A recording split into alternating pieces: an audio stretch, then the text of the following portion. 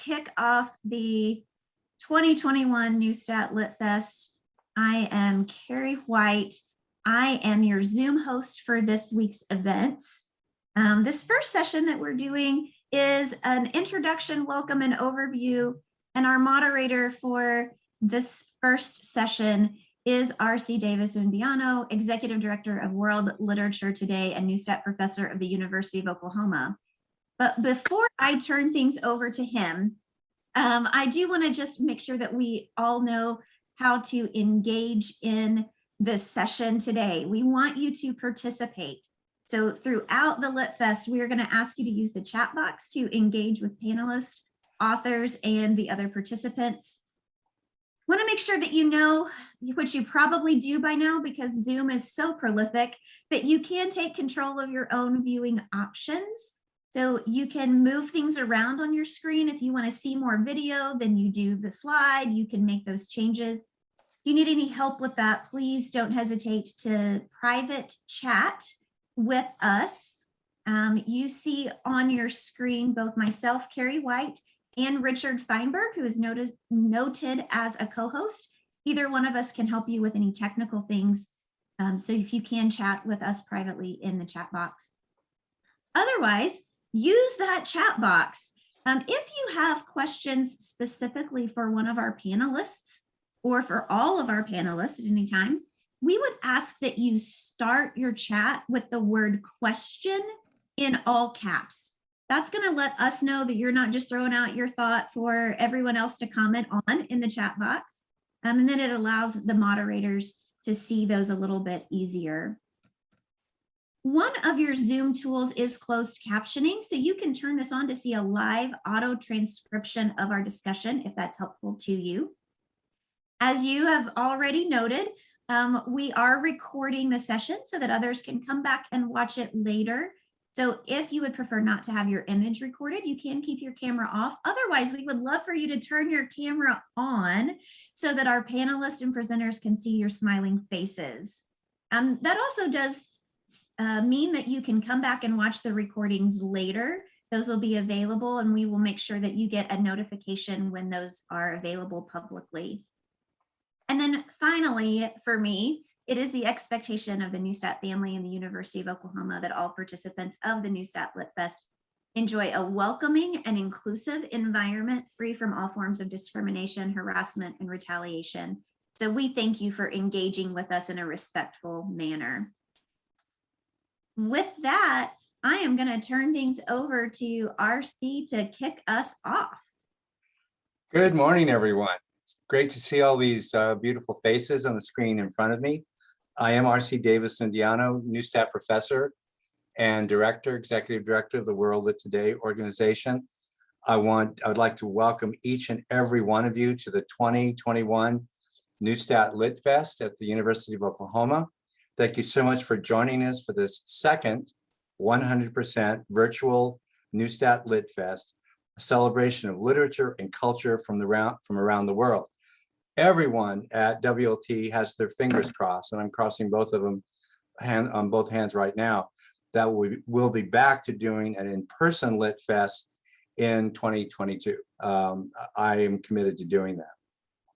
The Neustadt Lit Fest is a celebration of literature and culture and the arts, and it often includes public symposia, fiction and poetry readings, theater productions, dance and musical performances. Our goal is to create a cultural backdrop to illuminate the work of the Neustadt winners. This event is a living monument to the power of literature to enhance the understanding of culture worldwide. The culmination of this Lit Fest will come on Wednesday night at 7 p.m.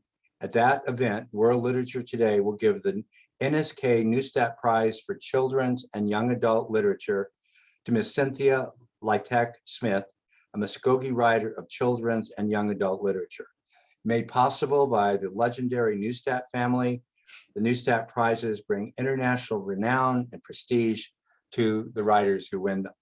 Now, I'm going to read the official land acknowledgement statement of the University of Oklahoma.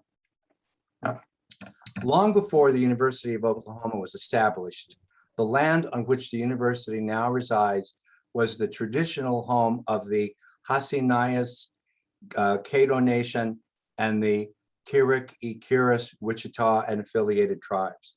We acknowledge this territory once also served as a hunting ground, trade exchange point, and migration route for the Apache, Comanche, Kiowa, and Osage nations.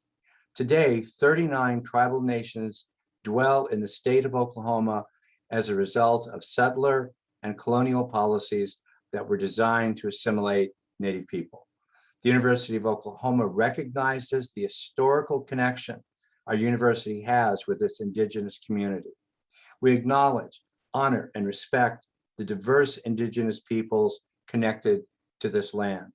This acknowledgement is aligned with our university's core value of creating a diverse and inclusive community.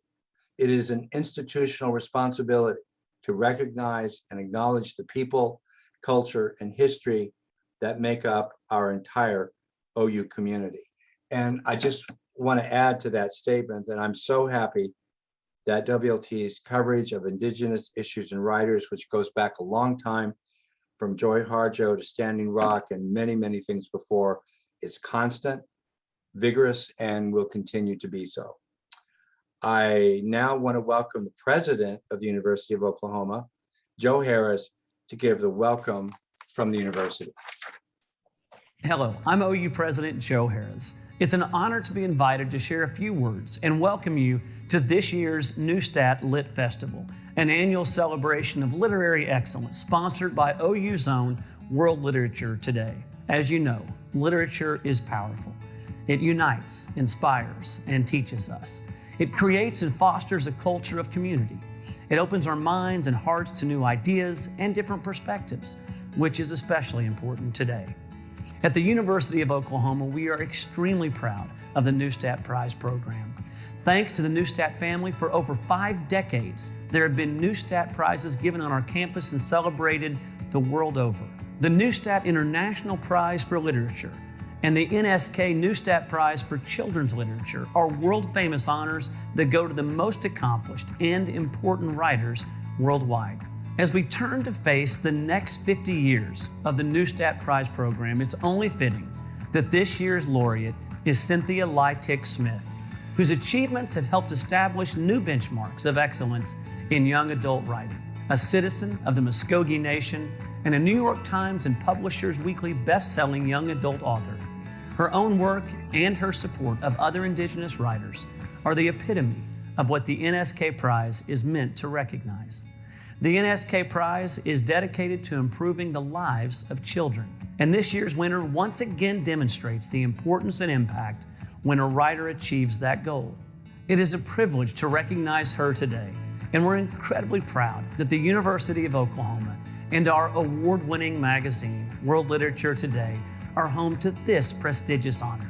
In many ways, the Neustadt Lit Fest and its celebration of literary voices from across the globe embodies our fundamental purpose at OU, to change lives. We thank the Neustadt family for their outstanding and longtime support of our university. And we thank all of you who are joining us for this year's festival.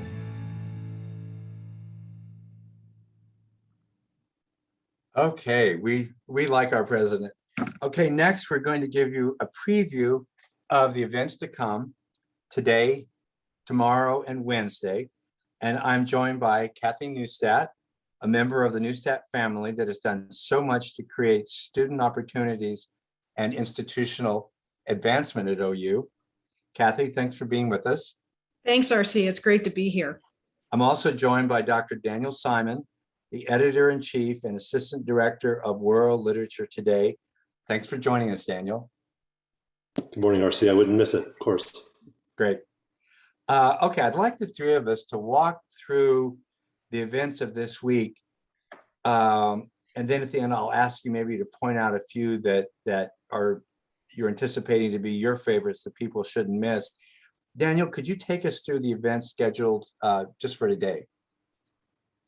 Sure. Well, at the top of the hour, we will hear from this year's laureate, Cynthia Leitich Smith, as a member of a panel talking about diversity in YA literature. And I think we can formally announce, and mention that the name of the Nsk Prize has been expanded to include young adult literature as of this year. So it's the Nsk Neustadt Prize for children's and young adult literature, which I think reflects so many of the incredible writers that have won the prize, the first 9 laureates. In fact, almost were exclusively YA writers. So Cynthia joins that illustrious tradition and will be on a panel today as the 10th laureate, talking about this really remarkable trend in YA literature in particular to really become more diverse, inclusive, and equitable in the spirit of that land acknowledgement that you were just reading, as well as in many other ways in this kind of pandemic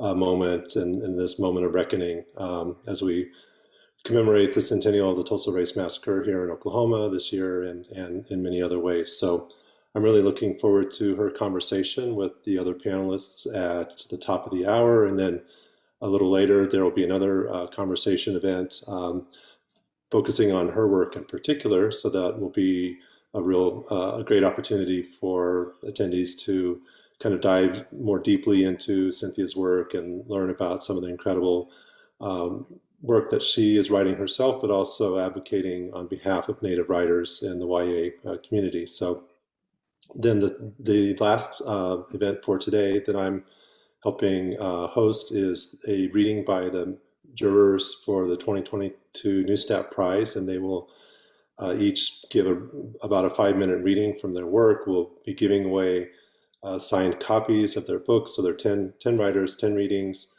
10 giveaways. We'll maybe play a little trivia, probably do a viewers poll, and have a great time meeting the writers themselves, who are all, of course, championing the work of another writer for next year's Neustadt Prize. And so that's where Kathy comes in, I think, to talk a little bit about what we can expect for tomorrow. Wow, really exciting day. I just want to add that I think this is one of those instances. I'm thinking of the panel, Daniel, that you'll moderate. You'll introduce the world-class writers who are the Neustadt jury this year. One of those instances where Zoom is maybe just a little bit better than being in person. You'll have a kind of intimate view of these writers reading their work. It's like you've gone up front to the stage and you're sitting right in front of them and they're talking right to you. And when we did this the first time as a Zoom event instead of being live, I think we were all deeply moved and kind of grateful for Zoom for that moment. So that's at 4 o'clock, right? Where we meet the 4 o'clock Central Time. So hopefully wherever you are in your time zone, you can join us. It'll be this afternoon for us here in Oklahoma. Okay. Kathy, could you tell us about the exciting events for Tuesday, the 26th of October? Sure. They're only a couple, but they're both very exciting. I have the honor at 7 o'clock tomorrow night Central Time to announce the winner of the 2022 Neustadt International Prize for Literature. The jury will deliberate all day tomorrow, and we're excited to announce the winner tomorrow evening. And afterwards, Cynthia Leitich Smith, a citizen of the Muscogee Nation, and Heather Schotten, of the Wichita Kiowa Cheyenne Nation, will have a conversation about writing YA fiction. Cynthia is going to be discussing the writing life and inspiration about her work, which we're very excited about. So going to be a great day. Awesome. It is going to be a great day. Wednesday, the 27th of October is going to be an amazing day. Cynthia Leitich Smith will deliver her Nsk Prize keynote talk at 11 a.m. And I can tell you in advance, this is something you should not miss. Please be there online for that. At 7 p.m. that night, Cynthia will receive the Nsk Neustadt Prize medallion, the check and certificate, and we will hear from the 23rd Poet Laureate of the United States, Joy Harjo, reflecting on the moment of Cynthia receiving this prize. We will also hear from Susan Schwartz, Nancy Barcelo, and Kathy Neustadt, the benefactors of the Neustadt Prize, and Monica Brown, who is a young adult children's writer who was on the jury last year and nominated Cynthia Smith for this award. will introduce her, and then Cynthia will offer remarks and read a passage from her work. And then finally, Kathy, Daniel Simon, David Shook, an internationally well-known poet and translator, and Dr. Kim Weiser, who I referenced earlier, a teacher of Indigenous literature and culture and a wonderful activist on behalf of Indigenous students at OU, will offer some last comments to close the Lit Fest. Daniel, Kathy, any favorites you can anticipate? I mean, for the week ahead that you would kind of single out that you don't want people to miss? Well, don't miss my announcement tomorrow about the new winner of the Neustadt Prize. But you know, Wednesday's just always for me the culmination of the whole festival, where our laureates' works get highlighted, spotlighted, and they get to interact with the students from Norman and around the country. And then, of course, the banquet where we hear Cynthia do her keynote, read her works. What used to be a banquet. It used to be a banquet. It's a virtual banquet. We can have dinner in front of us, but it's always exciting to I think we've actually arranged for DoorDash to bring food to everybody who's online, so we can make it a kind of banquet again. That would be great. That's my favorite night. Handing out the check, the medallion, and hearing from the laureate. NSK swag, and it's pretty cool stuff. NSK swag. Yeah. Daniel, did you tell yours? No, but I too am really looking forward to Cynthia's talk on Wednesday morning. The title is Decolonizing Neverland. So I think it'll be a really lively conversation, a lively presentation followed by Q&A with the audience, including the many students who are studying her work this semester at OU and in the Norman Public Schools and beyond, with the curriculum packet that's been made available about her work. So I think it'll be a great opportunity for the audience to engage with some of these incredible themes that she's writing about. And we'll publish that talk in our January issue. So I actually put a link in the chat to the After Alcatraz issue that had Joy Harjo on the cover a couple of years ago. And I think it's a continuing dialogue in our pages about Native writers. That issue was on literary activism, so it looked back at the occupation from 1969 on Alcatraz Island, and then was including these incredible writers like Tommy Orange in that issue to kind of look at what is happening today and why it's important for us to pay attention. So I think these kind of concentric circles from Norman and OU and the Native writing community here in the state and beyond, I think that really is kind of an exciting thing for us to showcase in our pages, but also throughout this festival.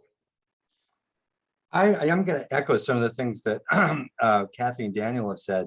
Cynthia's keynote on Wednesday at 11, you got to be at that. The awards ceremony on Wednesday night is a pretty big deal. And it hasn't actually kind of worked through in all of our outreach that the poet laureate of the United States will reflect on Cynthia's reading this award. And I think it's wonderful that 3 members of the Neustadt family will be there. They are legendary at OU. They've done so many things to shape and enhance programs and opportunities for students. And I think it's going to be wonderful to actually hear them talk about things that matter to them and the vision they have for what they've been able to bring to the University of Oklahoma, not just monetary resources, which of course is very important, but their time and dedication, particularly Kathy and Nancy and Susan, since the death of their father about a decade ago, have really stepped up to be partners in so many wonderful things that happen at the University of Oklahoma. And we are just going to be forever grateful about that. I want to segue over because I think we've got a little bit of time to kind of mark a moment, actually. There are 2 very important success stories that we can say are being marked at this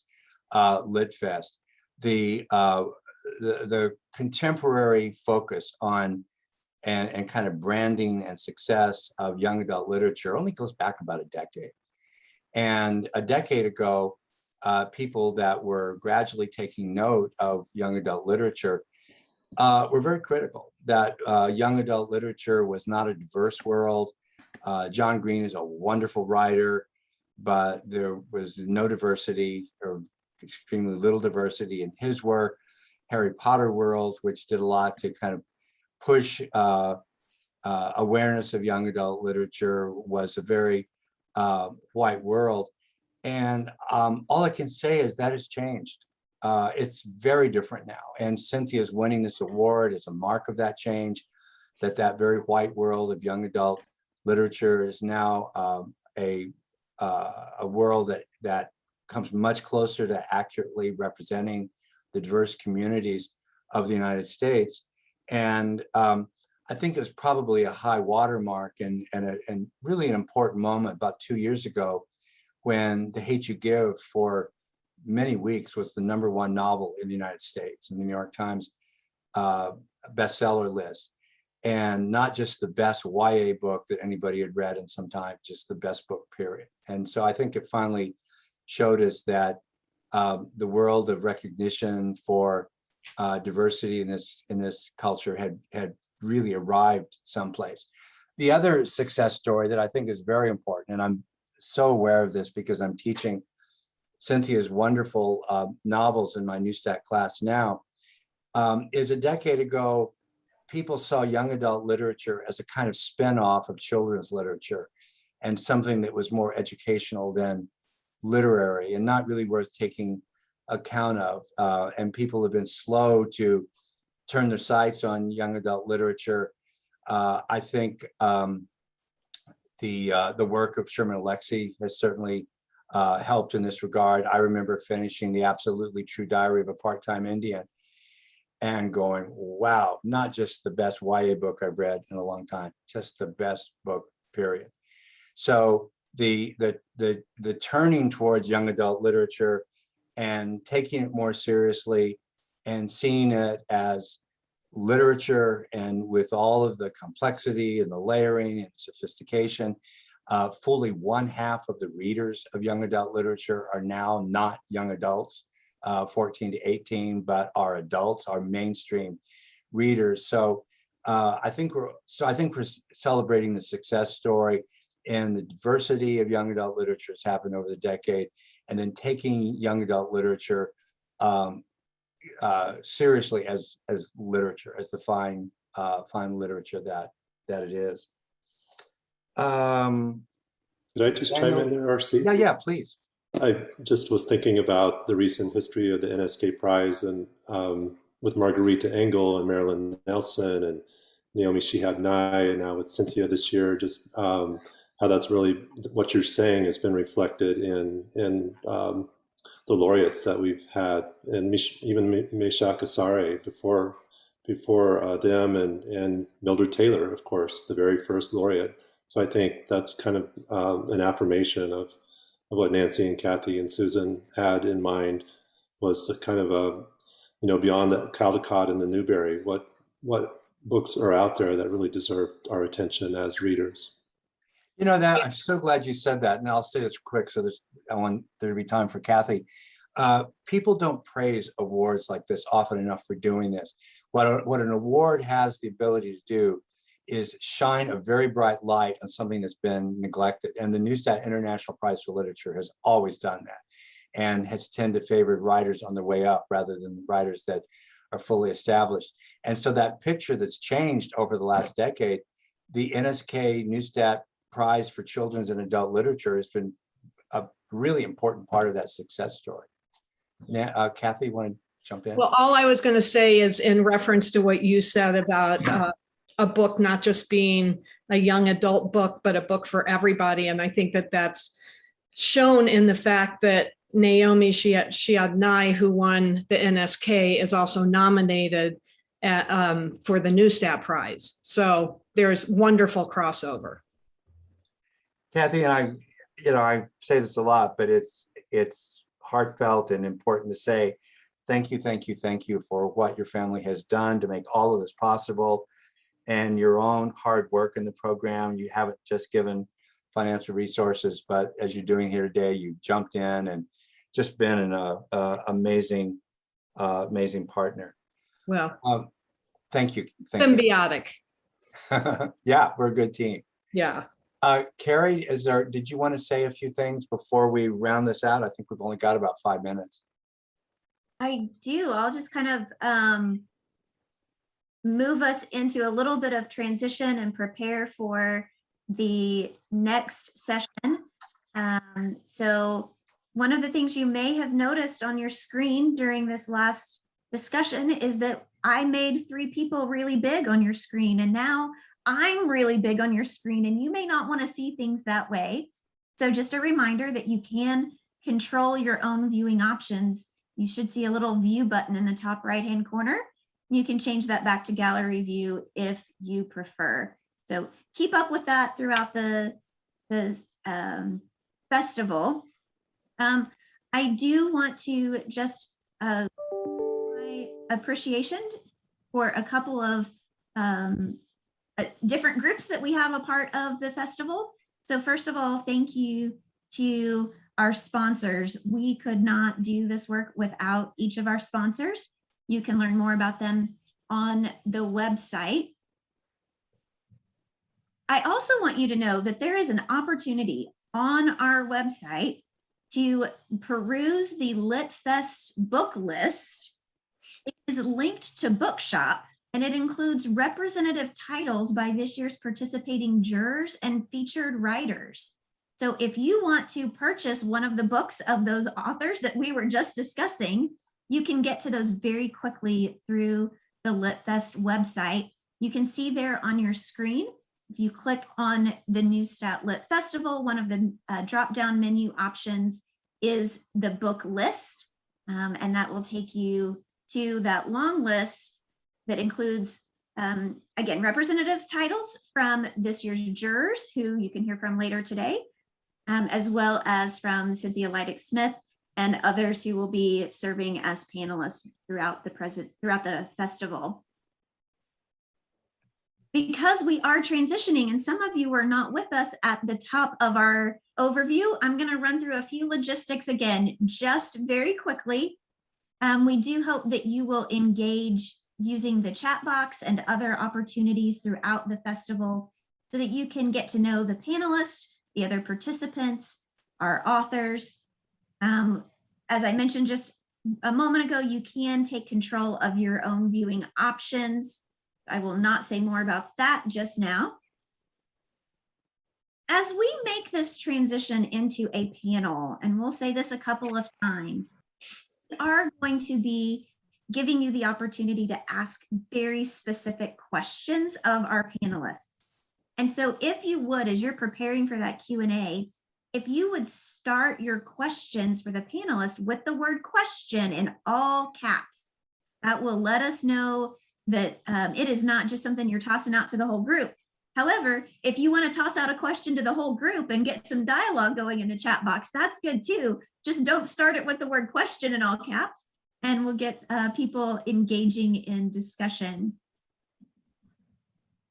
You should have access to a closed caption button on your toolbar if you would like to see the live auto transcription of the discussion. A reminder that we are recording, so you can come back and watch anything later that you might have missed. And then finally, before we make the transition, it is the expectation of all of us involved with the LitFest that everyone gets to participate in a welcoming and inclusive environment, free from all forms of discrimination, harassment, and retaliation. So we thank you for engaging in a respectful way. My computer is showing 12 o'clock, so I think we made that transition perfectly on time. We are now transitioning into our panel, our roundtable conversation celebrating diversity in young adult literature. And I'm going to hand things back to RC to introduce our moderator for this session. Yeah, this is a great pleasure. Your host moderator for the session will be Professor Laura Bolf-Beliveau. She's a good friend of mine, and a good friend of WLT. So we're very happy to have her here.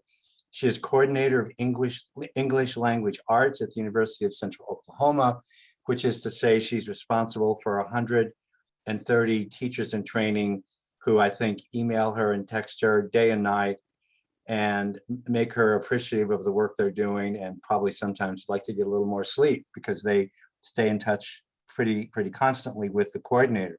She is also an expert in the area of horror literature and film. If you ever get a chance to talk to her one-on-one, you need to ask her about that. I heard her talk about horror literature the other night, and she is knowledgeable. She's an expert, and her wonderful enthusiasm comes out in everything that she says. Please welcome Professor Laura Bolf-Beliveau. Yay. I always have to remember to unmute. Thank you so much, RC, for such a wonderful introduction. And I am so excited to moderate this roundtable on celebrating diversity in YA literature. So for the next hour or so, the panelists will be talking. And once again, we really look forward to your questions. Don't forget to type question in capital letters and specify person if you have one in particular that you want to answer your question. So on our panel is Dr. Anastasia Wickham. She's an associate professor of English at the University of Central Oklahoma, where she helps me coordinate that English Ed program. And she teaches courses in English education and young adult literature. And she herself is an incredible publisher of work in all kinds of areas of English language arts, but she focuses on mental illness and young adult literature. So I encourage you to look up her work. Mrs. Annawake Grubbs is a citizen of the Osage Nation and a middle school teacher in the OKC metro area. As a graduate of UCO, we are so proud of the strides Annawake is making in infusing her work with curriculum to make it much more diverse and to reach students. That's necessary for all metro area schools. And finally, of course, we are so happy to be talking with Cynthia Leitich Smith, who is a citizen of the Muscogee Nation and a prolific and important writer of children's literature, middle-grade books, young adult literature. And as you'll see throughout this panel and festival, her work is really helping people like me who teach YA classes and my pre-service teachers in finding resources on how to integrate diverse writers and texts into their classrooms. So I'm really excited to learn from her and all of the roundtable panelists. We thought we would start with just kind of a conceptualization of young adult literature in general. I'm going to do a quick, brief overview that my students probably have memorized. Anna's going to help. And then mostly we want to focus on what is YA literature in terms of, real kids reading YA and real teachers in the field using it. And then, of course, as a writer and an important publisher, what does Cynthia have to say? One of my favorite quotations about young adult literature actually comes from Stephen Colbert, who said, a YA novel is a regular novel that people actually read. And I really like that because there are very specific differences with YA work, middle grade work, and work published for a general audience.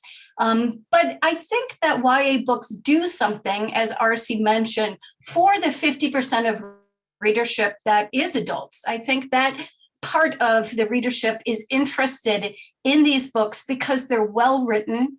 They stand as literary tomes on their own, and they have over the multiple decades, we're probably on our 6th decade of young adult literature, they have proven themselves to build unique, creative ways to reach readership. We know that the Pew Research data today shows that adolescents themselves are reading far more than previous generations. And I think YA has a lot to do with that. I often in my methods classes talk about them as gateway books to what we would consider more sophisticated literature. Although my argument is that they are sophisticated just fine on their own. I will, as Cynthia, Annawake, and Anna further our conversation on what is YA, drop a couple links into the chat. One is just a quick PBS video about the evolution of YA. In general, it starts in 1967 with the publication of S.E. Hinton's The Outsiders, excuse me. And then I have a wonderful infographic that I'll put in as well, which talks about when YA started, the first golden age of YA, the second, and then of course, the really important movement that started in the mid 2010s. Specifically, I think 2015 with hashtag We Need Diverse Books.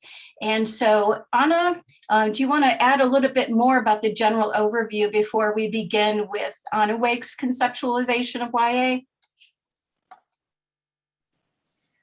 Just going to hit on a few misconceptions about what YA isn't that people tend to think that it is. Would this be a good time for me to do that now? Yeah, absolutely. Okay, awesome. So Faith Wallace at Kennesaw University, one of her quotes that goes around a lot is that she said, "It's not literature by dead white men." And students sometimes appreciate, that there is more diversity often in YA books, not as much as there should be. Also, it's not like adult light. It's its own, although I'll say it's not just one genre, but it's its own genre on its own. Another thing is that sometimes there is a perception whenever I say I teach young adult literature at a university, I get, like sweet stories for children. And I'm like, no, well, so I would say a misconception is that it's always innocent. It sometimes is hopeful or optimistic, but it is not always innocent, and it deals with the problems of the world, which in my experience as a middle school, high school, and professor in higher ed, students handle really well, and they appreciate. So I would say, we talk about war and loss and breakups and drug addiction and alcoholism, sometimes the young people, sometimes their parents, sometimes people they care about. So I think that misconception that it's all sort of innocent, it's not. And also just the amazing ability of young people to sometimes handle those topics. Also, it's not for slow or bad readers, definitely. And they're not all short. People tend to think these are short pieces. They often are fast paced. So they feel fast, they feel quick, but they're not necessarily. And I know some of you know a lot about YA, but for those who don't, I just thought it'd be fun to run through these. These are mostly misconceptions that come from what I hear when I say I teach YA. Another would be, and we've already gone over this, but that it's only for teens or young people, because for sure there are a lot of readers up to 35, but of course beyond that too. Let's see, what else? That it's really one genre. I mean, there's so much. And now it's even brought into nonfiction. There's a lot of wonderful nonfiction specifically for YA. So it's so much that we talk about. And the last thing I would say is just the misconception that it's not worthy of being talked about or scrutinized, and that it's, as Laura said, not sophisticated in its own right. So sometimes when I hear that, this YA author is really good, she's even written adult fiction, I'm thinking, well, that's not why she's good, though. That may be also true, but YA isn't good because it's as good as adult. It's its own different thing that's sophisticated in its own right. So those are just a few misconceptions that I feel like help clarify the overview of, it's really hard to define what YA is, but these are some of the things that make up young adult literature. So I'll turn it over to Annawake. Hi, so I teach 8th grade students, and I think that one common theme that I see with the kids is that they feel misunderstood, or they don't feel represented, or they do not feel heard. I think that a lot of times as adults, we kind of hinder the experiences and the thoughts of our teenagers because we just think that they're kids. And I think, although that is true, I think that young adult literature really gives them somewhere to where they can feel represented, and where they feel important, that their struggles are the human experience, and I think that, again, as adults, we kind of forget how hard it is to be a teenager. And I see every single day just how difficult it is to be an 8th grader, especially. And so as a teacher, I really appreciate the opportunity to be able to read more contemporary young adult novels in my classroom, specifically ones that do represent my minority students.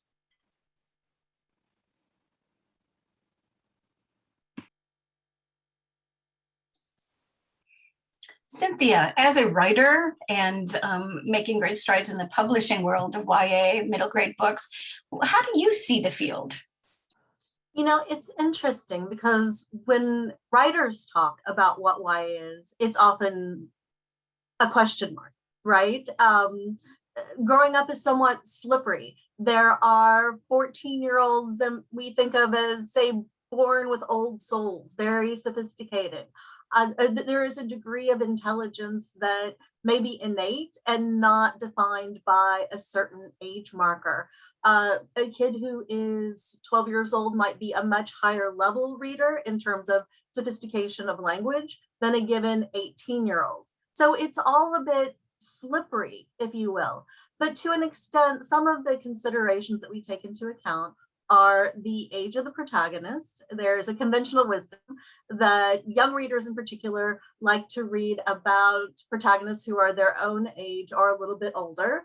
Although I found with adult readers that very often they will grab onto an upper teen protagonist. And I think that's because none of us ever really gets over adolescence. And so we can, our inner teen is still there. You are everyone that you ever were and everyone that you will ever be. And so your inner 18-year-old, your inner 16-year-old, your inner 14-year-old is still responding to that language, that information, and it may even be cathartic and healing in ways that you didn't get to access when you were that age yourself. There's also the content maturity. You know, as Anna was talking about, these are not necessarily bubblegum reads. They often do go into more challenging topics that really challenge our hearts, our minds, our view of the society, our place in it, adversaries and challenges that we all face. I, in breaking it down, tend to think of YA as right now existing in three main categories. There are sort of 10 to 14-year-old YAs. Middle school stories, if you will, like Rain is Not My Indian Name. 12 and up are classic YAs. The Outsiders was mentioned, that's an early example. A more current one might be Eric Gansworth's Give Me Some Truth, or If I Ever Get Out of Here, which do have a middle school vibe to them, but the sophistication of the telling bumps them up a little bit. Or 14 and up YAs, like Hearts Unbroken, which often do appeal to what we used to call the MTV generation, the 15 to 25 and beyond audience. And, you know, it's funny, when I, as a writing teacher and a mentor, am working with folks who are in their writing apprenticeship, they're very much working on craft, and often they overfret what the market might say or what these categories are. I will tell them to be true to their character, be true to the voice, be true to that perspective. Let the publisher sort it out. They will indicate in marketing what their recommended age range is. But then the reality is that once that book arrives in the hands of a qualified educator, school, or public librarian, they'll be able to make an assessment in terms of where it fits into the dialogue in their own school or city community. They'll be able to steer young readers after speaking one-on-one to them, or adult readers after speaking one-on-one to them, and really be able to sort of suss out what might be the best match. YA is often called a genre, and that is a terrific shorthand, but for me, I do tend to think of it more as a point of view. What does the world look like, grounded with immediacy, when you don't necessarily have the wisdom or perhaps cynicism of more age to draw on? What does it look like when it is unfolding in your heart and mind, and the intensity that comes with that? Consider, for example, a kiss. Consider a first kiss, and then consider the first kiss you ever have. This intensity often really grabs the reader, keeps us turning pages. The books tend to be written without much ego. There's not much room for navel gazing. The YA reader doesn't care what the New York Book Review has to say. They really just care if their hearts and minds are engaged, and if they identify with and care enough about that character to keep turning pages to find out what happens. And that's so much in the magic of story itself.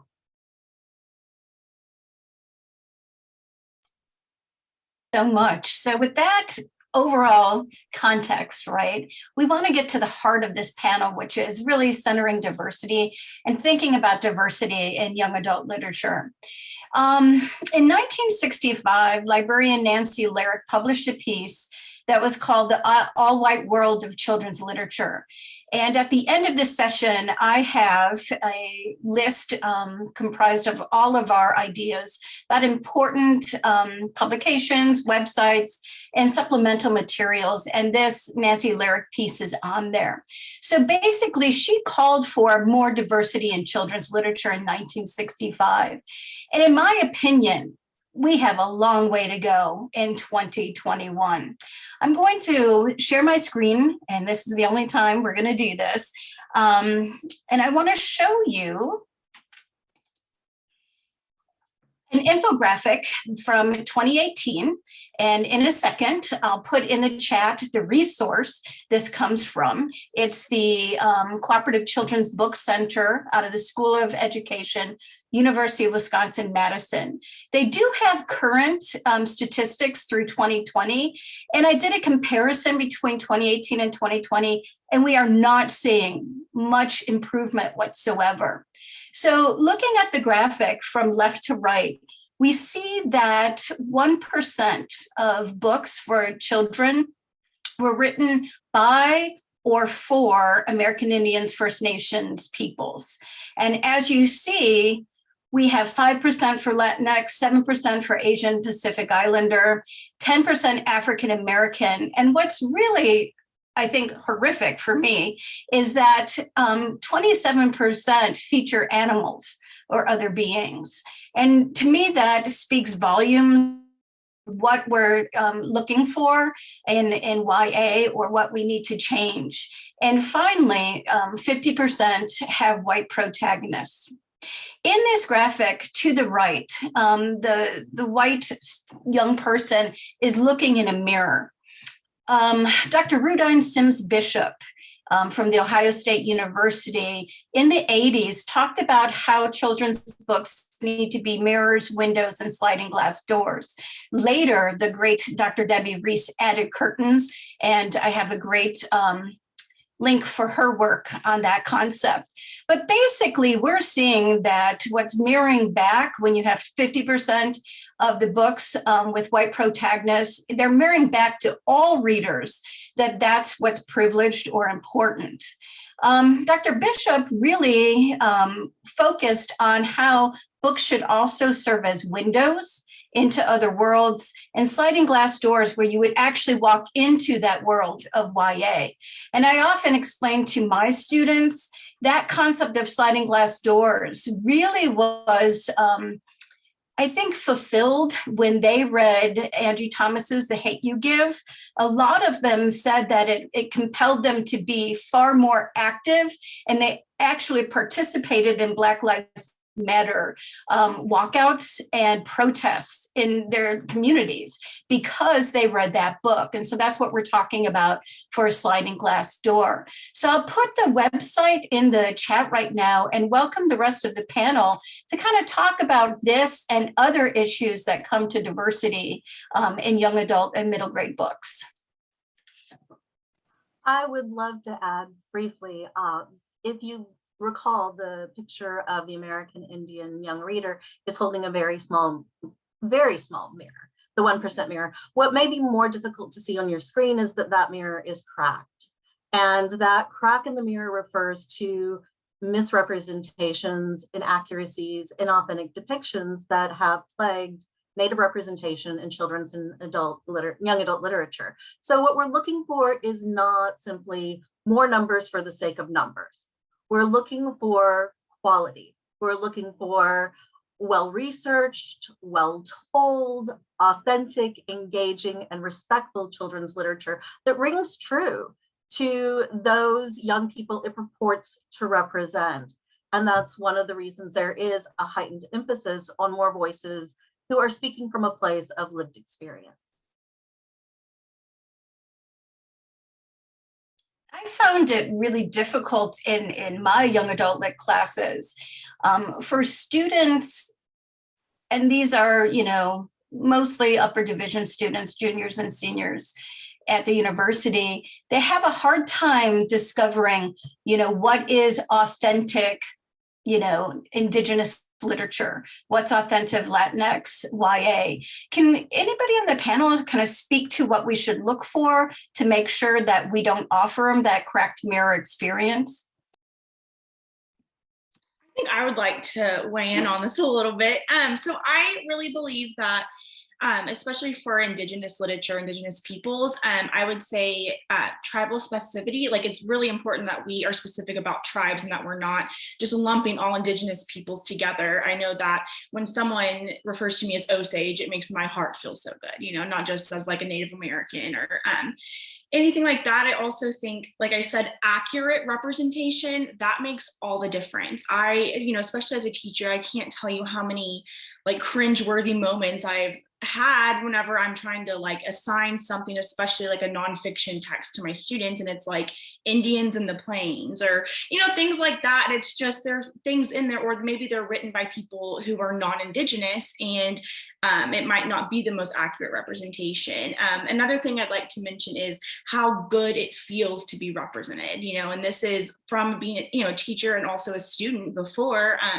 Anytime I would ever read from an Indigenous author or have an Indigenous teacher or anything like that, I can't explain to you how much it made my heart swell. I grew up in Edmond, Oklahoma, so I didn't grow up super close to my tribe. So I think that people like, urban Indian identity or even suburban Indian identity in my case, that's a big thing. And I think that it really, being able to see those different types of things represented within your curriculum and just in your daily life, just any type of exposure. We already know that reading creates empathy for all students anywhere, and especially those students who do not have access to those specific cultures or even their own culture. I think that young adult literature, we're really making strides into being more representative and like accurately representative. So. Thank you, Annawake. I would just add to that something I noticed when teaching, definitely when teaching middle school, a lot of the textbooks that Indians on the Plains, I was like, yes, I definitely relate to that. Something I worked through with my students a lot was that you can dehumanize a group by stereotyping them even in positive ways. And I think sometimes that would happen where they would say, but it's saying something good. And I was like, but it's still not accurate representation. You're dehumanizing them. So I think that's something that that we have to be aware of too, like who has written it, obviously, are they actually part of this group, and is it dehumanizing them in any way?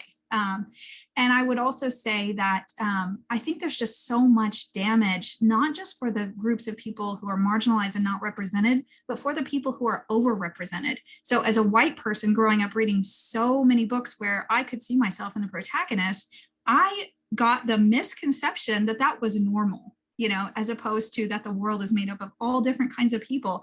And I think the damage that it does, and I think that we're seeing that now a little bit, where some groups of white people are feeling like they're slighted because we're giving a more accurate representation of the actual world, because for so long it's been tilted.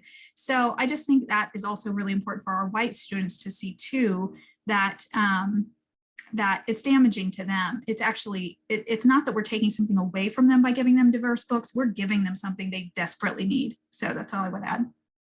I wanted to add one thing too. I think that a lot of the times also, just the act of publication gives us the false sense of accuracy. And I think that that's something within scholarship and academia that we need to just be really mindful of and careful of, especially whenever we are teaching teenagers, or young kids or whatever age group. We need to make sure that we're doing it correctly, authentically, and respectfully. I'll add quickly that this also goes to the heart of how we read, the process of engaging us on the page. If a young reader is distracted by content that is inaccurate or disrespectful, that can break the suspension of disbelief that's necessary for them to invest in the protagonist and their world sufficiently to care enough to keep turning pages. Quick example of this, I recall I was a big and still am, Tom Hanks fan. And if you'll recall the movie Sleepless in Seattle, I was living in Chicago at the time. There's a scene, very beautiful funeral scene, and the cemetery is set somewhere that there would never be a cemetery in Chicago. The real estate's too valuable.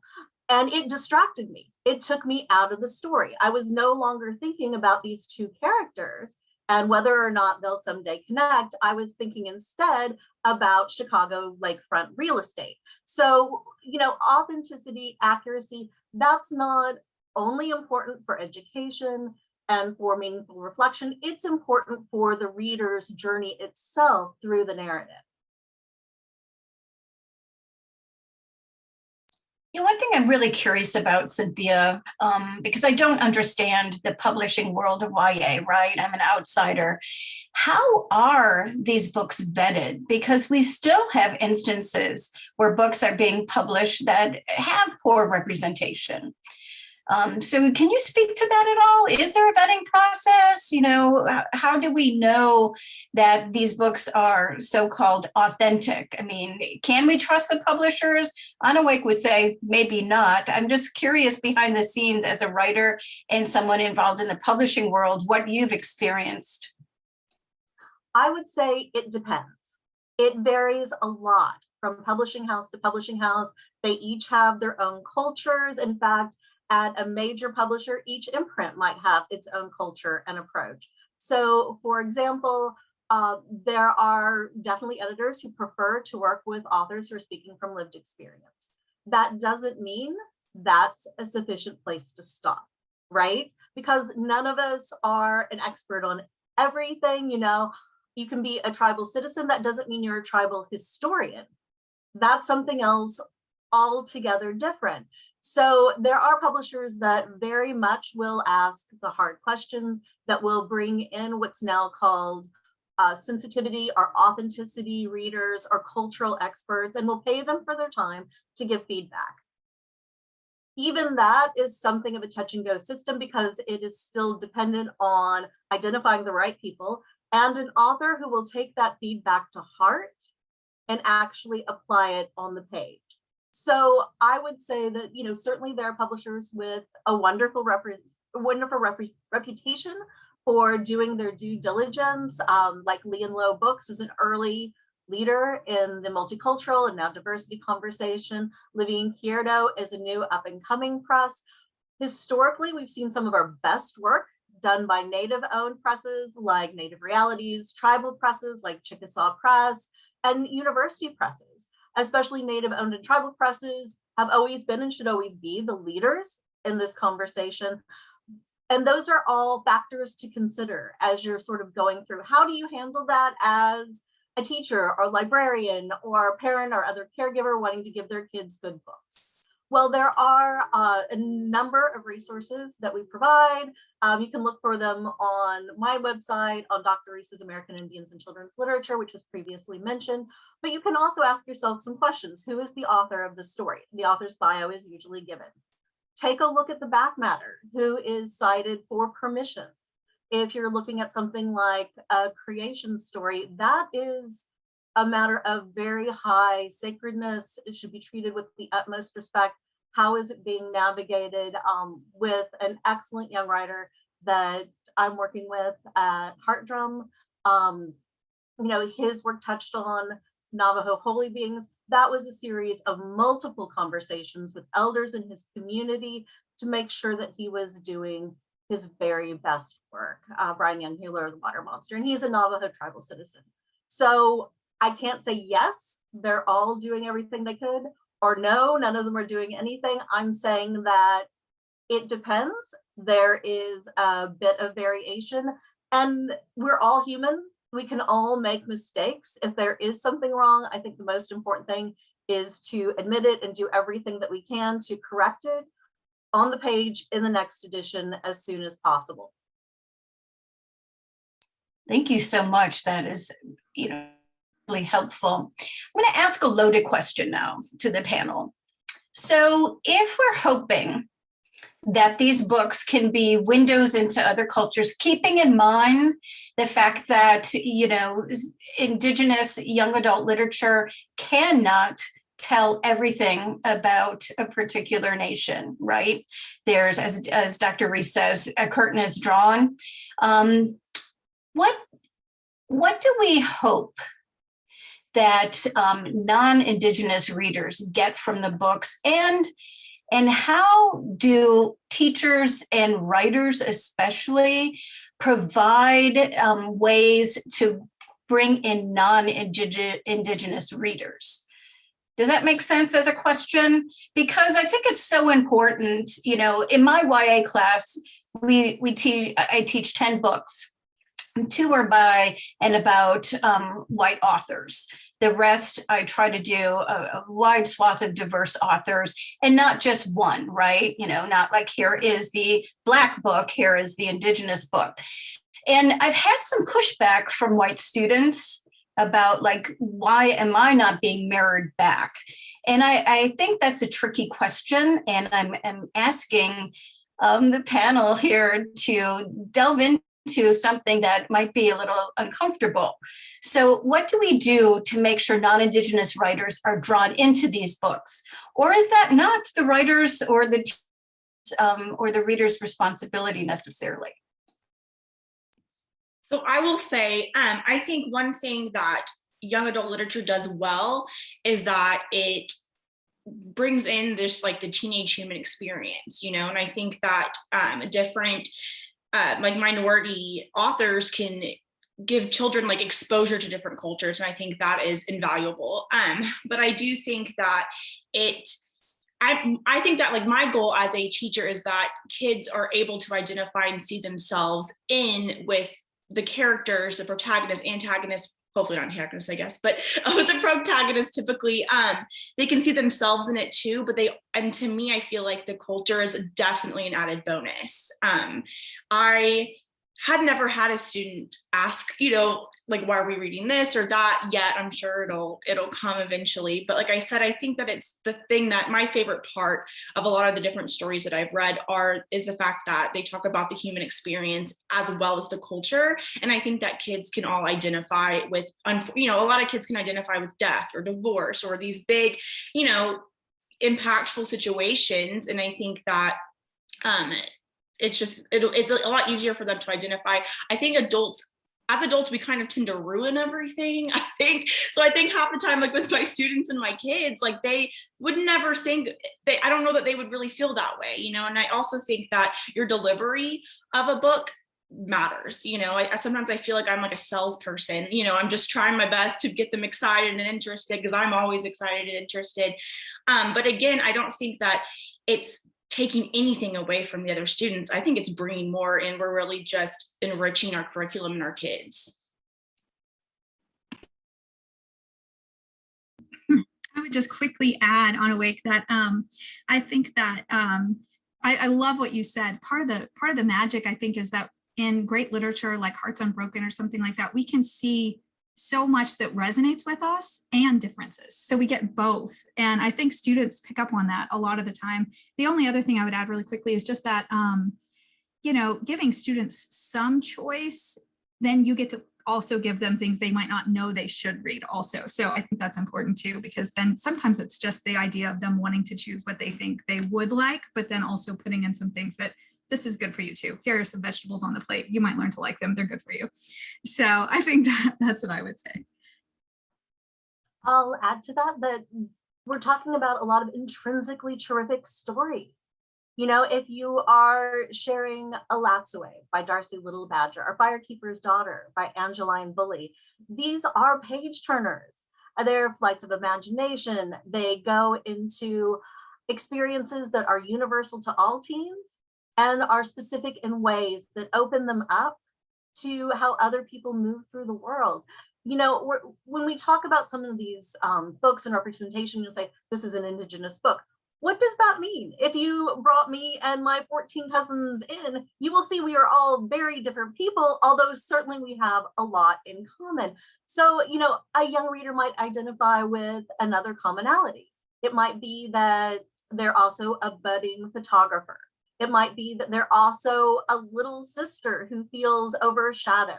by a much more glittery, popular older sibling. It might simply be that they're Star Wars fans, which I will say is an almost universal repeated element in every Indigenous book. And that way we may actually be quite a bit alike. The question, why would I care about someone who is not like me? It makes my heart contract a little bit. It makes it hurt. It's sort of almost a flag that raises and says, empathy needed right here, right now. And books are a way of achieving that. We can experience vicariously, to some extent, what someone else does through a safe distance, through that fictional construct on the page in a way that allows us to identify enough, as mentioned, to become an activist, to go from a place of not knowing and therefore perhaps not caring to a place of full empathy and identification. And, you know, on a bigger level, and this may be more something to talk about with the grown-ups, we all need cross-cultural skills to survive in an ever more interconnected world. If we are genuinely preparing young readers to move into adulthood and become the heroes of their own lives, they can't do that by simply talking to themselves and people who have so much in common with them. They're going to have to stretch and grow beyond their comfort zones. And this is a good, safe way to get them started. The stakes are a little bit lower. And if they feel uncomfortable with it, that's all right.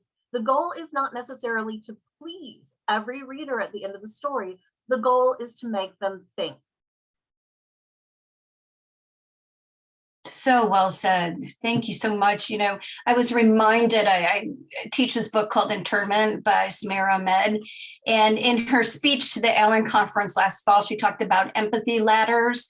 And I really think that's at the heart of what we were talking about, building those steps for young readers. And keeping in mind, like RC said, 50% of the readership is adults. So we might be making some inroads there. So I have to bring up a specific Oklahoma issue. So this summer, Oklahoma passed House Bill 1775. It's their anti-CRT critical race theory bill. And so that has put pressure, especially on K through 12 teachers, but I feel it in higher ed as well. So with these movements of like having multiple viewpoints, I'm not sure if anyone saw what happened a couple weeks ago in Carrollton, Texas. Teachers wanted to do a unit on the Holocaust, and the superintendent asked what opposing views they were going to show, and finally backtracked and said there are no opposing views to the Holocaust. So this is our reality in education right now, and I would argue our reality in part in the nation. So how do we feel knowing that these empathy letters, knowing that books provide opportunities to see ourselves and hopefully see other people in the world? How do we contend with this anti-critical race theory movement throughout the country, especially as it intersects with young adult literature? Which will be the easiest question all day, right? Can I just start with a response that's not very enlightening, but made me laugh? I saw someone said that his wife teaches high school, and someone approached him and said, "If she's not teaching that critical race theory stuff, is she?" And he said, "Well, explain it to me and I'll tell you if she teaches it." Because we know that most people who are opposing critical race theory actually are not aware of what it really means. And it's taken more broadly to mean anything that goes against how they would like history to be taught. So I don't have a great answer, but I do think that I feel for Annawake and all of the colleagues in K-12 having to deal with this when they're already another thing that makes me think of is earlier when we were talking about what do we do about, you know, flaws in books. They're going to be things that are inaccurate or somehow harmful, and it's the teachers who are helping students navigate these things. So it's really people like Annawake who are like on the front lines of this. And I don't have any more to say about that. I just want to kind of throw it to maybe to Annawake to say like see what she's doing, because I think it's not a simple, there's no simple answer. I think this is a good time to say that my participation in this panel is not a direct reflection on the school district for which I work for. Anything that I say is just within my own or from my own experiences and my thoughts and opinions. And I think with this, it makes me feel sad that there feels like there has to be two sides to this. To me, I feel, as a teacher, even as a parent, any exposure my children get to different cultures, to me, is not a bad thing. Now, I say that as a minority woman, and I understand that I definitely have a different perspective and point of view than, people that aren't. But I think as a teacher, we just keep reading the things that are approved, keep having discussions. It is not my job to tell somebody that they're right or wrong. It's not my job to make someone feel better than or less than. All it is my job, though, to make sure that all of my students are accurately represented, and that they feel good when they leave my class, and that they feel heard, and they feel loved, and they feel cared about.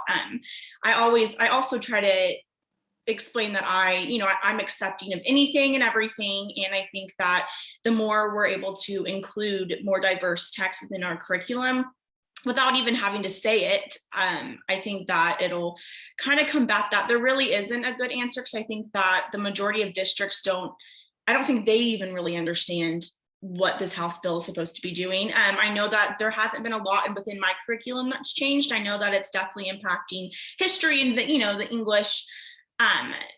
But like I said, I just have to keep on keeping on and making sure everyone feels represented and cared for and loved, and that there are no two sides. We're all in this together. And that's really the best answer I have. Can I just jump in really quickly and say thank you, by the way, so much, Annawake, for the work you're doing. And it just makes me so happy that you're out there. And you mentioned approved books. One thing that our National Council on Teachers of English does really well is they help with getting rationales out for books and help us get them in the classrooms. And that's something that I know Laura and I do with our students. We teach them how to write a rationale to get this approved for your library or for your school district. And so I think there are teachers out there really working to get grants to get these books and to get them approved. So that's just another side note.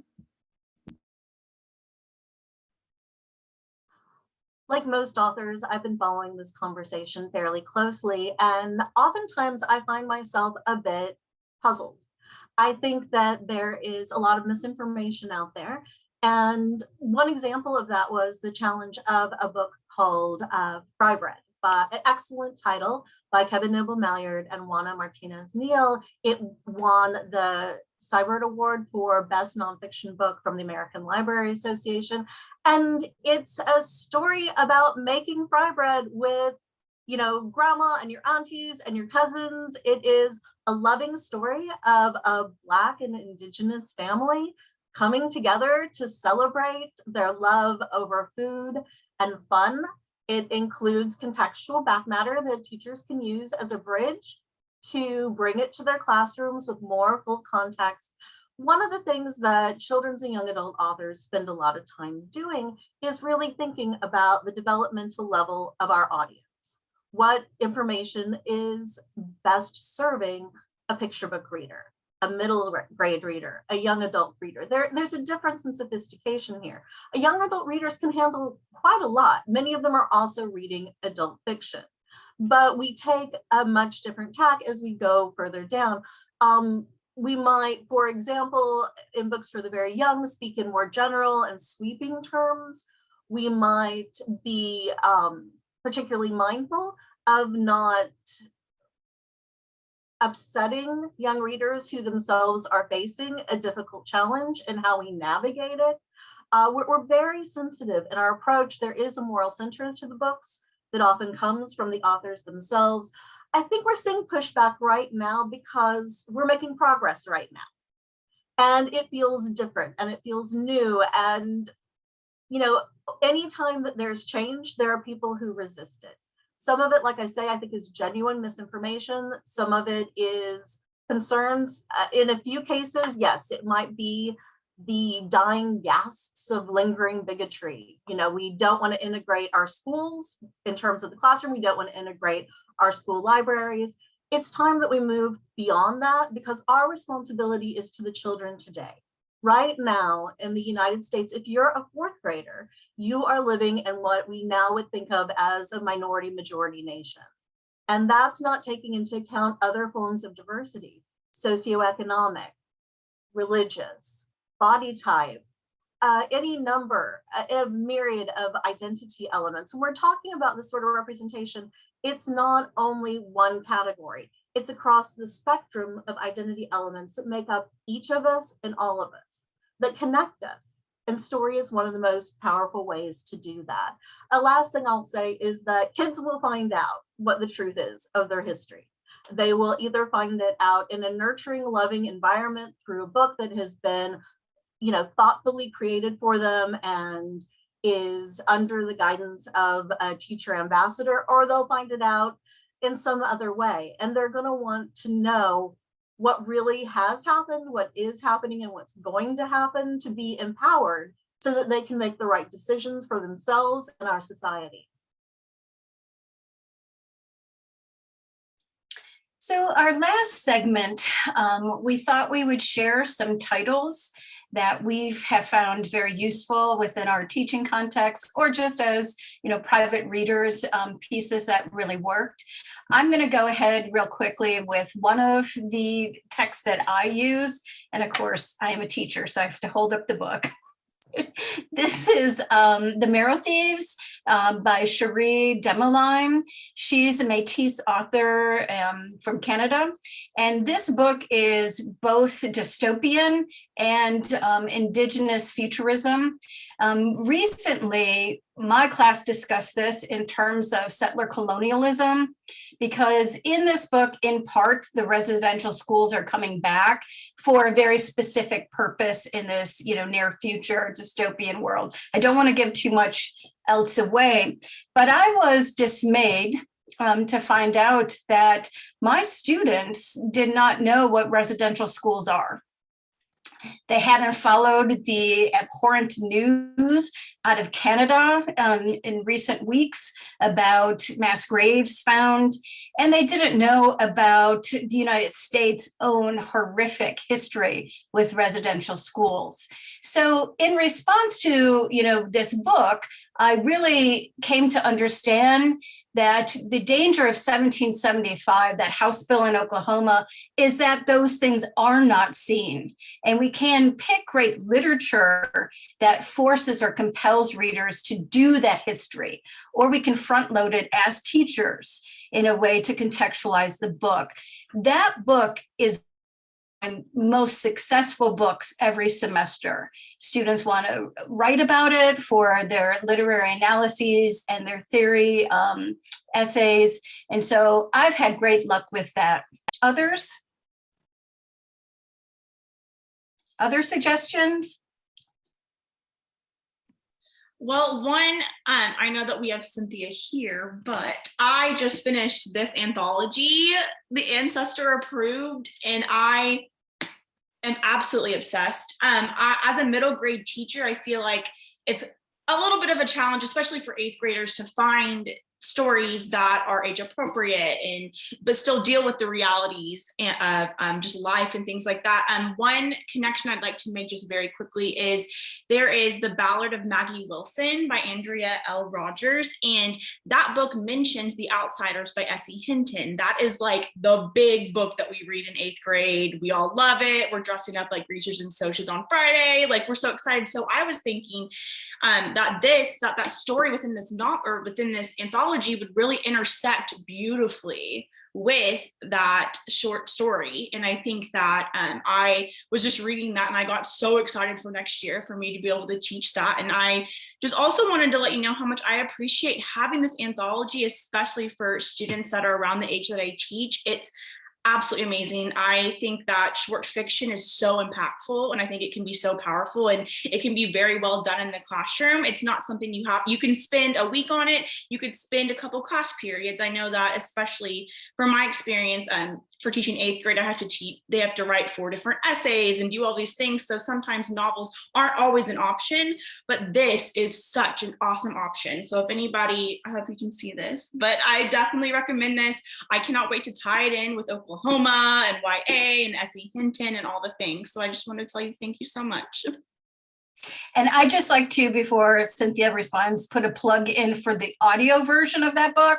Brilliant, really engaging as well. That's how I read it.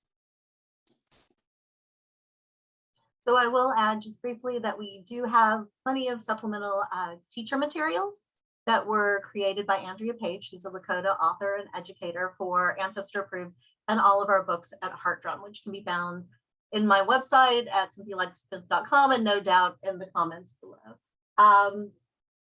I've been asked to speak briefly about a couple of my young adult books, and they touch on several of the topics that we have mentioned today. Rain is Not My Indian Name is the book that I suggested for reading by students who will be participating in NSK Neustadt Fest and activities. It is a story of Cassidy Rain Berghoff, a Muscogee girl who, after the unexpected death of her best friend, slowly reconnects to her family and intertribal community through the lens of a camera.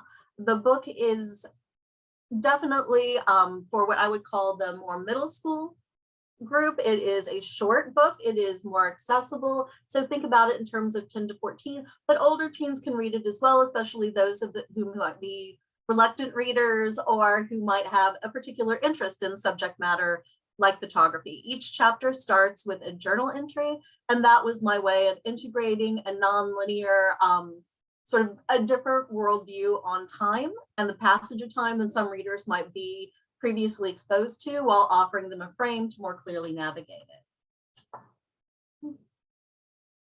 Hearts Unbroken is set in the same world as Rain is Not My Indian Name. In fact, the protagonists are cousins, and the story takes place in a small town and its nearby suburb. It is the story of Lou Wolf, who she's a budding journalist on her high school newspaper and covering a conflict over the color conscious casting of her high school musical, The Wizard of Oz. It very much unpacks speech, interpersonal speech, political speech, journalistic, religious speech, and how each of those impact us personally and more wider in our communities. It's also a bit of a romance. The story did start out as a novel-length apology to my high school boyfriend for a bit of interpersonal speech folly of my own. And it was a lot of fun to revisit that era. None of the characters are me or anyone I knew, but they are certainly loosely inspired by my real life experience as was mentioned, suburban Indians. Highly underrepresented group in the pages of young adult fiction, and also the middle class community, which we haven't seen as much. Both these books are also potentially noteworthy in that they center Native girl characters, and historically representation has been quite skewed toward male characters on the page.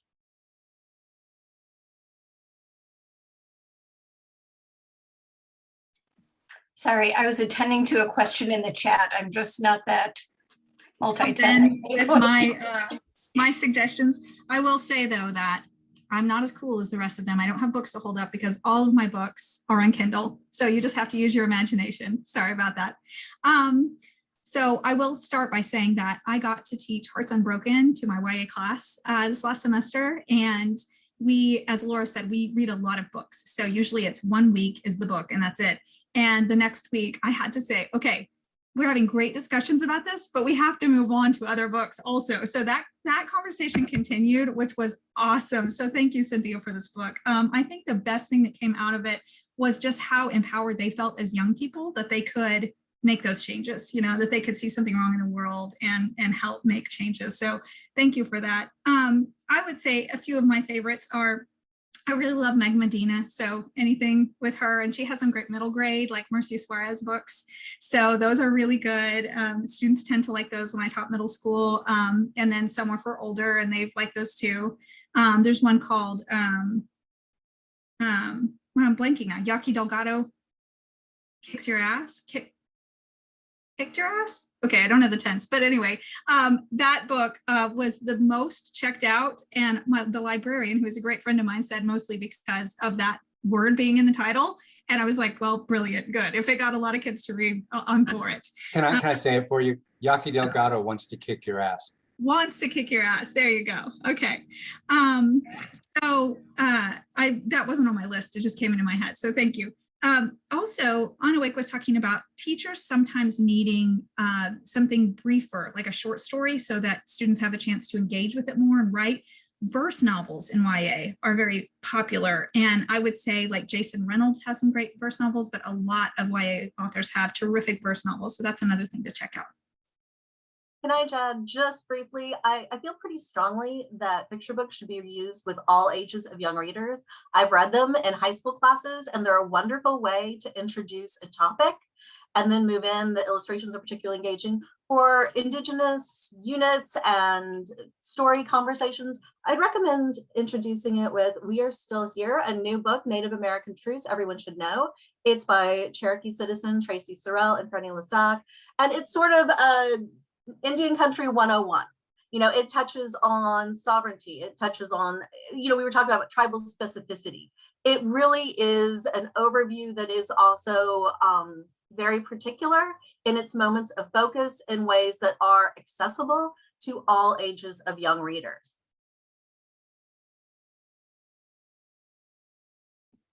One thing I'd like to add is that my district for 8th grade, we've decided to do lit circles that are all YA books that are in verse and they're more modern. And we're reading The Long Way Down by Jason Reynolds. But there's a list of about 8 different graphic novels, and they all represent different communities and cultures. And my students will get to choose. So I think that one big thing, especially for the middle level grades, is that students want a choice. You know, they want to feel heard. They want their voices heard. They want to feel like grown-ups, you know. So that I thought was a really good idea. And I think that lit circles provide exposure to different authors, provide, you know, and it just, I think it could be very helpful. I believe we're ready for the Q&A. If you are, Daniel. Sure, yeah.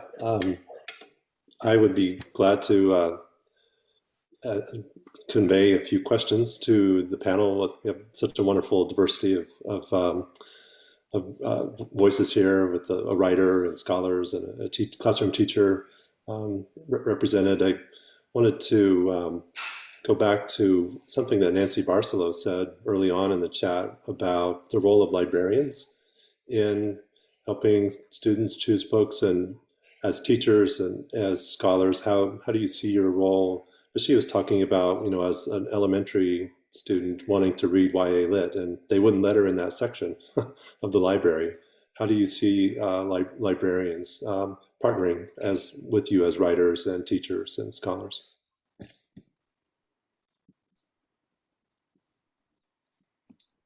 I know that at least for my school, our librarian, she's a media center specialist, and books are definitely a passion for her. And I know she's honestly a great resource for us. So she's definitely an advocate. I would like to say that most media specialists are, their jobs are so much more than just librarians. That's an awesome job, but I just mean, you know, they have a lot on their plates. And I think that they, in my experience, have been like very helpful in finding appropriate, you know, age appropriate text, diverse reads, things that kids are even interested in, because I think that half the battle is instilling a love of reading in your students, you know, and if they can learn a thing or two, that's an awesome thing too. So yeah. I would just echo that. I think you cannot underestimate how important in schools the librarians are. So in my last middle school taught in, the library went from being this quiet place where students really didn't go much to getting a new librarian who made it she made it her whole full-time job to connect with students. It became this bustling space, and she connected books to what they would like to read. And I know that she created lifelong readers just in those few years she had with them. And it was really magical to watch. It was absolutely amazing. And in the same time, she was fighting for us to get books that were more representative. So I think librarians just are so pivotal in this and so essential, definitely in those spaces and in public libraries, because they're one of the only places we all are welcome and can go for free now, and we have to protect them. Daniel, could I ask a question of Cynthia? Of course. Yeah, I'm just wondering if you've gotten a lot of feedback on your story Between the Lines, which is an Ancestor approved, because so many students that I read that with had a kind of aha moment, like, oh my God, best short story I've ever read. It is really, it's a perfect story. Have you had a lot of feedback on it? Thank you. I first will say that it was a tremendous pleasure working on Ancestor Approved. It was very collaborative among the writers, and I'll be talking more about that process later in the festival. That said, most of the feedback that I've gotten about Between the Lines has been, interestingly enough, from children and military families.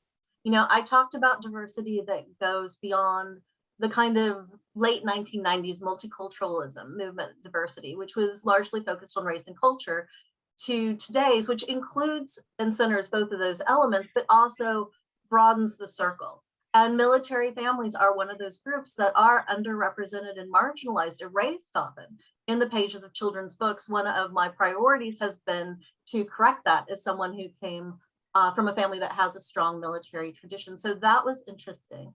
And also, as the anthologist, what I did was essentially look at all the stories that came in and consider what the holes were, you know, where we didn't see something from a heart perspective and we didn't see something from a head perspective. The heart perspective is that I very much wanted to do a story about two kids who became friends at the event, rather than family being reunited or old friends coming together, something that would really introduce two young characters who were both Indigenous, but had very different ways of seeing the world and each other, and how they journeyed to find a common ground and to build their relationship on. At the same time, you know, when I was thinking about the headspace, I was thinking a bit of representation. And though we had a range of diverse contributors under the umbrella of Indigenous, we didn't have any explicit Black and Native representation on the page. And so I brushstroked in that through a character who was a bookseller at the powwow. And that gave me an opportunity to really talk about how kids, especially Native kids, relate to themselves on the page when it rings true and when it doesn't, and how we as grown-ups can help to point them to those titles that will be most nurturing, that will build them up, and that will help them move forward with confidence as readers from then on. Second question, just real quick. In that book, there's several instances where characters are at powwows and they look around and they see someone wearing a t-shirt that says Ancestor Approved. Those are probably really on sale. I could buy one, right, online? We should open an Etsy shop. It'll be a fundraiser. We'll donate all the money to We Need Diverse Books. Thank you for that idea. I want that. I want that t-shirt. There was also a question in the chat by Olga Lipshin, wondering about books about the immigrant experience, and since that's such a quintessential American theme, she mentioned in her comment that as a Russian Jewish immigrant, she felt very alienated or picked on as a student. And I immediately thought of Vera B. Williams, one of our past laureates, who has written so much about her experience growing up in New York and with that tradition. But could you recommend any titles for Olga on immigrant YA? It's a pretty broad category. I would say for the Jewish experience specifically, to begin with the Sidney Taylor Award winners. You can pop that into the search engine, maybe it'll appear in the chat, and there will be an extensive list with summaries of each title. And then those will be books that have been vetted by a committee that is representative of the community and feels strongly that they are appropriate for young readers. Is that an ALA group, Cynthia, or is that a separate group? Do you know? I should know, and I don't. Okay, we can look it up and put it in the chat. And I know of a title, Refugee by Alan Gratz. That is about an immigrant, a Jewish immigrant. So that would do well for that person. Actually the same one I was going to mention, and it's great because it has intersecting stories of different like times and places. So I think it's great, like empathy building, and I've taught that one too, and students really like it. So that's a great title. Thanks. Could you put that name in the chat as well? That'd be great. And we also had a question from Elizabeth McLaughlin about graphic novels. I'm trying to scroll back up to see her specific question. I think it's about Canadian. Yeah, which graphic novels would you recommend for 8th grade students in a small, culturally diverse Canadian Prairie City school that is struggling with bullying, fighting, drugs, difficult family backgrounds, and other personal and societal challenges?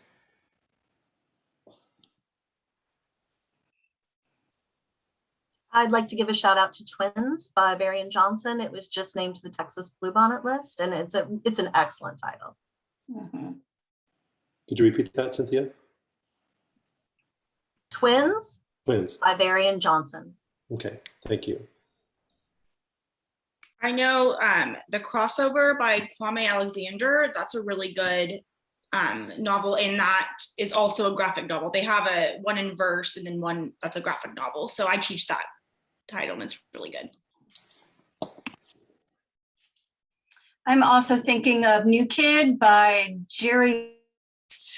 I use excerpts of that, and it's a really wonderful book about a graphic novel about trying to belong. And then I'm also thinking, I used a graphic novel called Trickster, which was a series of short pieces about different trickster characters that are very tribally specific.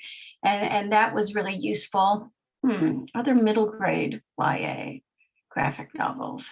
You might want to look at Code Talkers, which is published by Native Realities Press. I think it's Tales of the Code Talkers, something like that.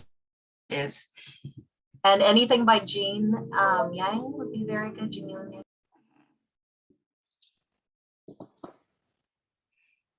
Okay. Yes, I use American Born Chinese and really successful. And Jin Yang's work on Own Voices stories, and he was a YA ambassador for years. And his TED Talks are phenomenal about why graphic novels are highly useful in not only middle grade, but all grades. He actually, when he had a substitute, had to hire a substitute, he would actually explain math problems through visual representation, which I think I needed as a math student. So I needed him as a teacher to help me quite a bit. I did put in the chat a book called Butterfly Yellow, and it's a Vietnamese immigrant story. And that author's, all three of her books are about the Vietnamese American experience. And they move from, like upper elementary to middle grade to, I would say Butterfly Yellow is probably more like a 8th, 9th, 10th grade novel. And it's about a young woman whose brother is taken on a helicopter out of Vietnam in 1975. She has to come to the States by illegal means. And so it's a lot about her experience. But when she finally gets to Texas to find her brother, who's been adopted by a white family, she meets up with an Austin wannabe cowboy named Leroy, and it's set in the 80s. And it's a really beautiful story about coming to understand the experience of someone from a war-torn country trying to find herself in a new place. And the author herself is phenomenal. So I put in a little plug for that as well. Other questions, Daniel? Yeah, I don't see any other, unless I've missed one in the chat. Feel free to repost it. We've got about 5 minutes left for our time here. Laura, did you want to give the panelists a chance to say some closing words? Absolutely. Annawake, do you want to start? Sure. I really just want to say thank you for inviting me to be on the panel. I think that this conversation about young adult literature, specifically, Indigenous young adult literature, is important. And I think that it is really making me feel hopeful and excited to keep sculpting these young minds. Cynthia, I want to say Mado to you for all the work that you do and everything that you do for the young adult readership and everything like that. And if anyone ever has any questions, feel free to reach out. Me to jump in? I just want to say thank you so much for the Neustadt and everything that they do to get these books out there. I want to thank Annawake for the work she does to get them in the hands of students. I want to thank Cynthia for writing these wonderful books and Laura for moderating this panel. I feel honored to be part of it, and I appreciate you all. I'd like to jump in to make sure that people found our list of resources. I uploaded it to the chat. If someone could just nod that they saw it in there and I uploaded it correctly. I don't know if you can look, Daniel, to make sure it's downloadable. I have it in PDF form. And Annawake had such a great idea to also have social media resources that are worth watching and following, and I appreciate that. And I certainly want to thank everyone, especially Cynthia. You are an inspiration to we who teach YA at various levels. And if I could be so bold as to ask you for some concluding statements on our roundtable today, I'd appreciate it. First, my gratitude to those of you on the panel, Annawake, Anna, and Laura. It's been such an honor to be in conversation with you. Thanks to RC for popping in with a couple of really thoughtful questions, and to Daniel for moderating the Q&A. I really do appreciate it. You know, when we're thinking about diversity in young adult literature, I've been in long enough to take kind of a multi-decade view without revealing too much about my exact age right now. I broke in as the multicultural boom, so-called multicultural boom was going bust. There were a number of years there where it was challenging to keep the faith, where I struggled, where I had to pivot in my career and try writing different kinds of books, which did help stretch me as a creative artist. I needed to hide a bit behind the veil of metaphor to really talk on the page about social justice and gender empowerment themes. But at this moment, I am extraordinarily optimistic due to the leadership of up and coming voices like those who founded the We Need Diverse Books nonprofit organization, and longtime advocates like Debbie Reese. Dr. Debbie Reese was kind enough to join us today. You know, there were certainly moments along the way when I remember thinking, nobody cares. And the answer was always, Debbie cares. And, you know, having that sort of faith, that long-term sustained effort over time is critical. We need each other in this to continue moving forward. We're doing it for our kids and teens, for the kids and teens to come. There is no more important audience. And so it's worth inviting every young reader into the storytelling circle, lifting them up, saying, all of you can be a hero that everybody cheers. Just look, we have books that prove it. So thank you again. It is an honor, and I am so very, very grateful. Thank you, Cynthia. Thank you to our panelists and Laura for your great job moderating. I do see that PDF in the chat, so if you want to download it, please do so, and we'll try to repost it as well later. There's also an education resource network on the NSK, the Neustadt Prize website, which includes curricula for Cynthia's work, as well as all the previous laureates back to Naomi Shihab Nye. So if you're a teacher and would like to utilize those curricula, please look those up on the Neustadt website. And I think we're down to the very end. Carrie, do you have anything to close us out? I do. Just a couple of quick announcements that here in just about 15 minutes, we will have our next panel that will be focused on Cynthia's work. So we would love for you to stick around for that. Just from a logistics standpoint, if you are not part of that panel, you will get an invitation to go back to the waiting room for just a few minutes while we make that transition, but then we'll bring you back in just a few moments. And then a plug for later this afternoon that we will have readings and book giveaways from the 2022 Neustadt Prize jury. So you'll want to be sure to come back for that. So again, in about 15 minutes at 1:30 Central Time, we'll have our next panel. And then at 4 o'clock Central, we will be doing those readings. Thank you all so much for coming. We appreciate your participation and strong engagement in the panel today. And once again, thank you to all of our panelists for the great discussion.